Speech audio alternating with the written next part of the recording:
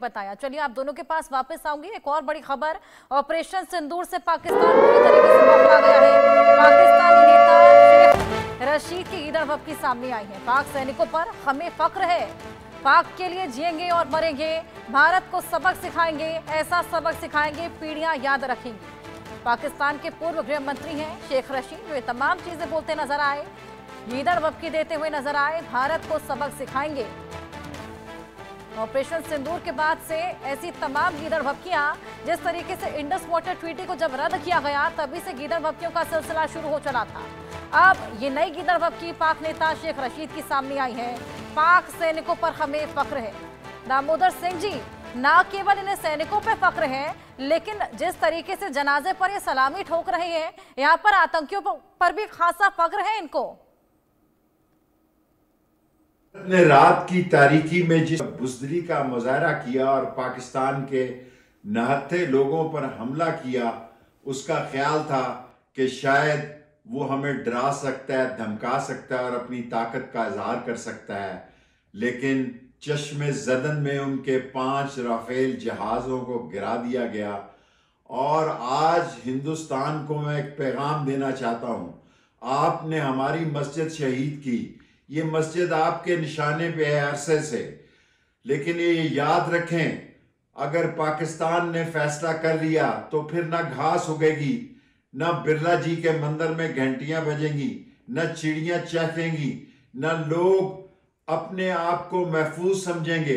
पाकिस्तान एक जिंदा कौम है और हमारा मजहब इस्लाम शहादत को एक एजाज समझता है और शहादत हमारे लिए एक एजाज है। और अगर वक्त आया तो वक्त साबित करेगा कि हम पिछले सारे कर्जे भी उतार देंगे और दुश्मन को एक ऐसी शिकस्त देंगे और दुश्मन को ऐसी करारे वाकई सजा देंगे कि वो पाकिस्तान की तरफ देखना भी भूल जाएगा। तो ये थी शेख रशीद की गीदड़ भभकी, जो कहते हैं कि लोग अपने आप को महफूज यहाँ पर महसूस करेंगे, लेकिन कब करेंगे, ये बेहद बड़ा सवाल। दामोदर जी, एक रशीद हूँ या उनके जो भी डिफेंस एक्सपर्ट, आईटी मिनिस्टर, जितने भी लोग ये बयानबाजियां कर रहे हैं सिर्फ फेस सेविंग के लिए कर रहे हैं, इनके बयानों को कभी कोई गंभीरता से नहीं लेता। ये जनाब जो खुद अभी बयानबाजी कर रहे हैं, कई बार इनके मजाकिया कमेंट और मजाकिया बातें लोग हंसी मजाक में उड़ाते रहते हैं। और ये वो लोग हैं जिनको पाकिस्तान आर्मी ने दौड़ा दौड़ा के सत्ता से भगाया था इमरान खान के टाइम पे, और इनको इनके घरों तक घुस के पाकिस्तान आर्मी ने इनको मारा। इसके बाद भी अब ये क्योंकि इनके उसी आर्मी की वाहवाही कर रहे हैं आज ये पाकिस्तान आर्मी का गुणगान नहीं करेंगे तो इनको जेल में डाल दिया जाएगा। इनको पता है इनके यहाँ पे इनके आर्मी का क्या प्रभुत्व और किस तरह से लोग आर्मी के लिए आर्मी की चाकरी करते हैं, समझ लीजिए गुलामी करते हैं। पाकिस्तान आर्मी का जो डोमिनेंस है वहाँ की गवर्नमेंट पे, वो पूरी दुनिया को पता है। अकेला मुल्क है जो कि अपनी आर्मी के लिए बना हुआ है वहाँ पर। और अब बात आती है पाकिस्तान का, जो उनके आर्मी के जो उनके आतंकवादी हैं जिनको सल्यूट कर रहे हैं, काफ़ी देर से आप खबर चला रहे हैं, जैसा कि मेरे सीनियर वहाँ पर मेजर जनरल साहब ने भी बताया। पूरी दुनिया को पता है कि Pakistan army terror funding, terrorist को ट्रेंड करने के लिए जानी जाती है। और मुझे इस बात पे कोई शक नहीं है कि वहाँ के आतंकवादी जो भी हैं, वो उनके जो भी लोकल टेररिस्ट होते हैं उनके, वो सभी पाकिस्तान आर्मी उनको ट्रेंड करती है, वेल रिक्रूट करती है। तो निश्चित तौर से जब भारतीय सेना उनको बड़ी खबर आ रही है, पाक रक्षा मंत्री ख्वाजा आसिफ का बचकाना बयान सामने आया। भारत के फाइटर जेट मार गिराने का झूठा दावा पेश करते हुए नजर आए हैं। सोशल मीडिया पर आपको सबूत मिल जाएंगे, ये बोलते नजर आए हैं। सोशल मीडिया पर सबूत ढूंढ रहे हैं ख्वाजा आसिफ। ख्वाजा आसिफ लगातार हमने देखा शुरुआत से ही तमाम बयानबाजी करते हुए नजर आ रही हैं। कभी गीदड़ भभकी देते हैं, कभी प्रायश्चित करते हैं, और अब कह रहे हैं कि सोशल मीडिया पर आप देख लीजिए, सबूत ढूंढ लीजिए कि विमान मार गिराया है। बेहद बचकाना इनका ये बयान ऑपरेशन सिंदूर के बाद सामने आया है। फाइटर जेट मार गिराने का झूठा दावा ही पेश कर दिया है इन्होंने। मेजर जनरल अनुज माथुर जी, ख्वाजा आसिफ बोल रहे हैं सोशल मीडिया पर सबूत ढूंढ लो, आपका विमान हमने मार गिराया है। हर्षा, देखिए, जिस देश की इंटेलिजेंस, जिस देश की सरकार सोशल मीडिया के ऊपर निर्भर है, उस देश के किसी भी आदमी का कोई भी वक्तव्य किसी की कोई औकात नहीं रखता है। हर्षा, 24 मिसाइल फायर करी गई, 24 की 24 निशाने पर पहुंची, 24 की 24 ठिकाने पर फटी।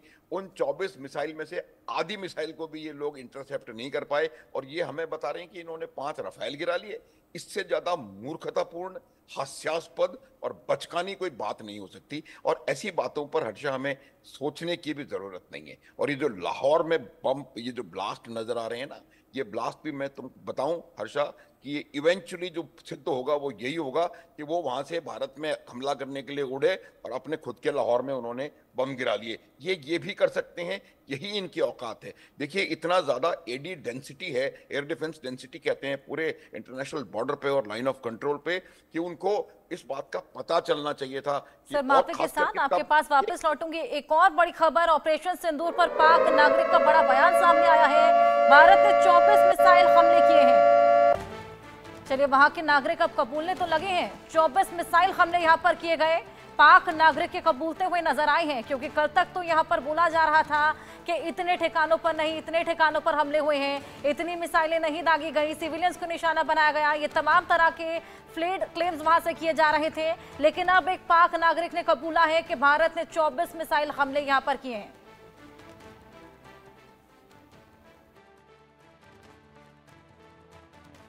कल रात इंडिया ने पाकिस्तान के ऊपर 24 मिसाइल हमले किए और हैरानगी की बात यह है कि तकरीबन सारे मिसाइल अपने टारगेट के ऊपर जाके लगे। इंडिया ने जो टारगेट सेट किया हुआ था, इंडिया ने वो टारगेट अचीव किया।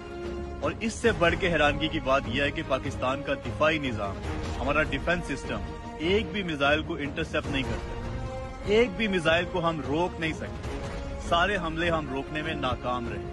एग्जैक्ट जो इंडिया ने टारगेट अचीव करना था वो अचीव किया है। वो जो कहते हैं ना कि इंडिया ने घुस के मारना था, इंडिया ने वाकई घुस के मारा और हम उसके मिसाइलों को रोक नहीं सके। ये हकीकत है। अब इसको आप ये मत कहें कि जी आप इंडिया की तारीफ कर रहे हैं, ये कर रहे हैं, वो कर रहे हैं। भाई जो हकीकत है वो हकीकत है। आप सुनते आ रहे हैं कि ईरान 200 मिसाइल फायर करता है, 400 मिसाइल फायर करता है, 1000 मिसाइल फायर करता है और इसराइल के अंदर जाके एक आधी गिरता है, बाकी सारे के सारे इसराइल इंटरसेप्ट कर लेते हैं। ऐसा मजबूत दिफाई निजाम है इसराइल का। लेकिन हमारे पास देख लो 24 मिसाइल छोड़े हैं इंडिया ने और एक भी नहीं हम रोक सके। और हैरानगी की बात यह कि अभी इंडिया ने किसी फौजी तनसीबात को निशाना नहीं बनाया। अभी इंडिया ने हमारे किसी छोमनी के ऊपर, कैंट के ऊपर या किसी ऐसी हसास जगह के ऊपर अटैक नहीं किया। यही 24 के 24 मिसाइल अगर हमारे किसी हसास जगह के ऊपर टारगेट किए जाते तो अब तक तो प्रोग्राम बढ़ चुका होना था। यही अगर GHQ के ऊपर फेंका गया होता तो प्रोग्राम बढ़ चुका होता। या यही किसी और हसास जगह के ऊपर मिसाइल गिराए जाते तो किसने रोकने थे? हम तो रोक ही नहीं सके भाई, एक भी मिसाइल नहीं हम रोक सके। दूसरी अफवाहें ये फैलाई जा रही थी, सारी रात को पाकिस्तानी मीडिया लगा हुआ था, सोशल मीडिया के ऊपर तमाम झूठ पॉलिसी लगे हुए थे, वो पाकिस्तान ने इंडिया के जहाज गिरा दिए हैं। वो सारी पिक्चर्स मैंने देखी, कोई 8 महीने पुरानी है, कोई 3 साल पुरानी है। हमने इंडिया का वो जनरल हेडक्वार्टर गिरा दिया, पता नहीं क्या गिरा दिया। वो मैंने सर्च किया, वो भी फेक न्यूज फैलाई हुई है। वहीं एक और बड़ी खबर, शहबाज के खिलाफ पाकिस्तान में भारी गुस्सा है। पाक आर्मी पर लोग जाहिर कर रहे हैं अपना गुस्सा। बहावलपुर में पाक आर्मी पर गुस्सा फूट गया। मुनीर की आर्मी सो रही थी क्या? पाक के नागरिक ये तमाम बातें बोलते हुए नजर आ रही हैं। एक तरफ नेताओं के बयान बेहद बचकाना, वहीं पाक के नागरिक अब यहाँ पर देखिए वाजिब बातें बोलते हुए नजर आ रही हैं और लाजमी है गुस्सा होना भी यहाँ पर जरूरी है। क्या कुछ कहते हैं ये आपको सुनाएं। पाकिस्तानी और इंडिया ने जंग शुरू कर दी है। अभी मेरे बहावलपुर सिटी के अंदर मौलाना मसूद अजहर साहब के जो है मदरसा है उसके ऊपर 4 मिसाइल दागे